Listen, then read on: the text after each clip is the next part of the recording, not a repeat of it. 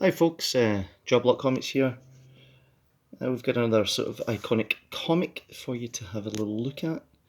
This is a dollar comic reprint from DC.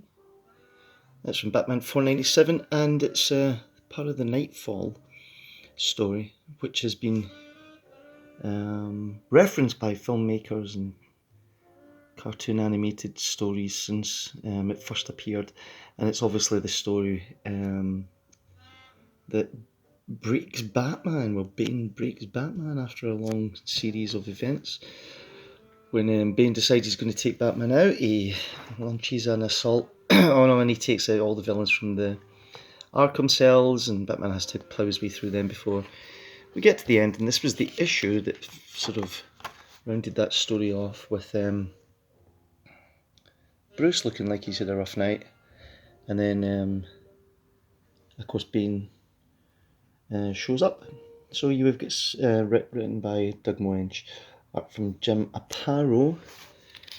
I used to love Jim Aparo's art back in the 70s when he was doing Brave and Bold. It was very Neil Adams-esque. I used to love his Batman stuff. You can see later on it's not as great as it used to be. This is Bane in Wayne Manor. Yeah. You get a bit of exposition about where Bane comes from. Bruce is just in his dressing gown.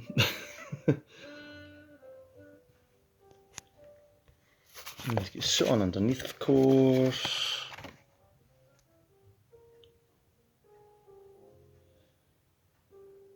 Poor Alfred's being knocked out. At least he was still alive in this point here, yeah. So then the kind of fight starts, and it's actually quite brutal. It's like this flashbacks to the previous stories, where we see the kind of toll that Batman running this gauntlet of villains has taken on him. Which I suppose in a way is Moench's way of saying, well, you know, Batman wasn't at his peak here, and Bane sort of wore him down because he maybe thought that was the best way to take him out eventually.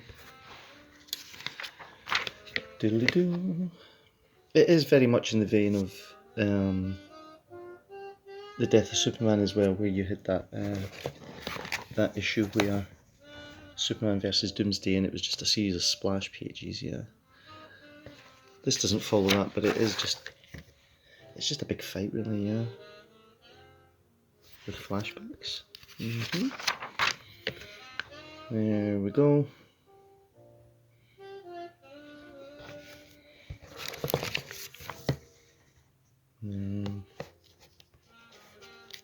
Alfred goes to get help from Tim.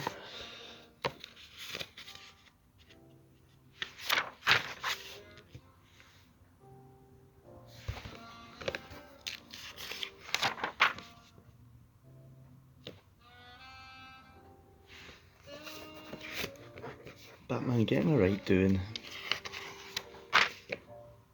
And then there's the splash page.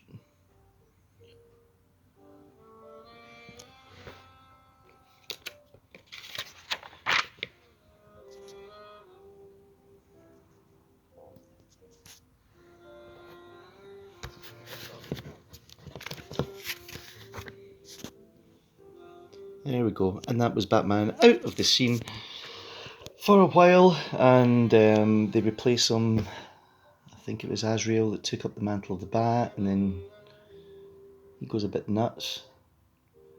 And then, if I remember rightly, the conclusion of this storyline was really very, very unsatisfactory. It was, I think it was Denny O'Neil that had written the final, because the story crossed between Detective Comics, Batman. In fact, all the Bat family titles were all part of this.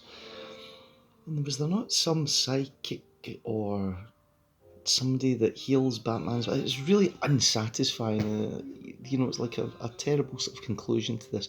Such a huge build-up, and then I guess they didn't really know what to do.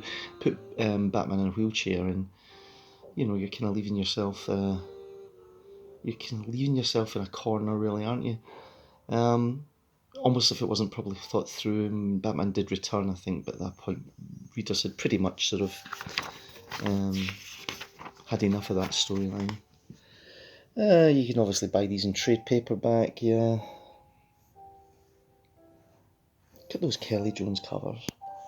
So bizarre. Who would have thought putting Kelly Jones and Batman was a good idea? But anyway, there you go, folks. Now that's $1 comic. You might be able to find that in your local comic shop, or somewhere really cheap if you want to see what all the kerfuffle was about. And needless to say, it was a time where they were just looking for the best way to shift as many copies as possible. So, you know, yeah, let's put them out of commission. That'll do the trick. Anyway, fancy reading some comics? Why not hook us up, www.jobblockcomics.co.uk, and if you get a second, subscribe to this channel, yeah, and thanks for watching, bye.